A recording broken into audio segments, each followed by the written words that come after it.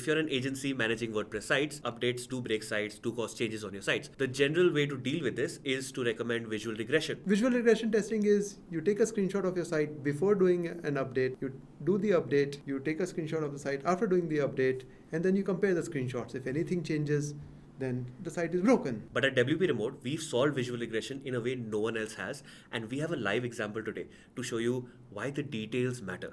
Right? So Akshay, tell us what happened. This customer updated 2 plugins recently, Right. Elementor and Rank Math. The customer got a 0.05% visual regression change. And every other tool recommends you set a threshold, right? Everyone says set 5%, 10% threshold. The threshold would miss the issue that we saw today. Now, how did it break the site? The original site had testimonials with stars in gold color.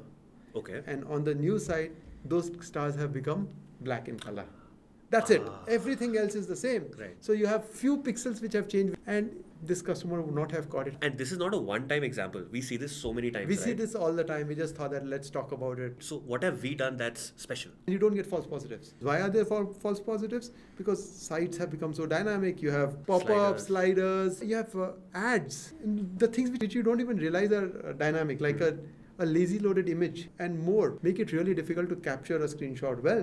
And with our image stabilization technology, what we do is we can capture a screenshot in a stable manner. So it doesn't trip up the visual regression basically. Yeah, and you don't get false positives. Frankly, we have spent years of effort in making our visual regressions really, really good and really stable, because you don't want your client to realize that their site is broken. And yeah, we've built the best visual regression test out there, so you should try it out.